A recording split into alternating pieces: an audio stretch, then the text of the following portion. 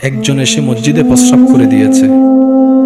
সবাই রেগে মারতে গেল, নবী বলে যে থামো, তাকে প্রস্রাব করাটা শেষ করতে দাও, প্রস্রাবটা শেষ করতে দাও। আজকে বিজ্ঞান বলে প্রস্রাব মাঝপথে আটকানো যাবে না, প্রস্রাব আসলে বেশিক্ষণ ধরে রাখা যাবে না, কারণ সেটা আপনার কিডনিকে ড্যামেজ করতে থাকবে, আপনার কিডনিতে পাথর সৃষ্টি করার ব্যবস্থা হয় যদি প্রস্রাব আপনি ধরে রাখেন। আজকে বিজ্ঞান বলছে 1450 বছর আগে নবী সে তথ্যটা দান করে দিয়েছেন। উনি প্রস্রাব করছে, ডিস্টার্ব করিও না, প্রস্রাবকারীকে প্রস্রাব করতে দাও। প্রস্রাবটা শেষ হলো, সে মনে করছে এবার হয়তো আমার পিঠ আর রক্ষা হবে না, সবাই মিলে আমাকে গণধুলাই দিবে। নবী বলে যে আপনার প্রস্রাব শেষ হয়েছে, তাহলে আপনি যেতে পারেন, আপনি যেতে পারেন। সাহাবাকে বললেন তোমরা পানি এনে পরিষ্কার করো, তোমরা পানি এনে পরিষ্কার করো।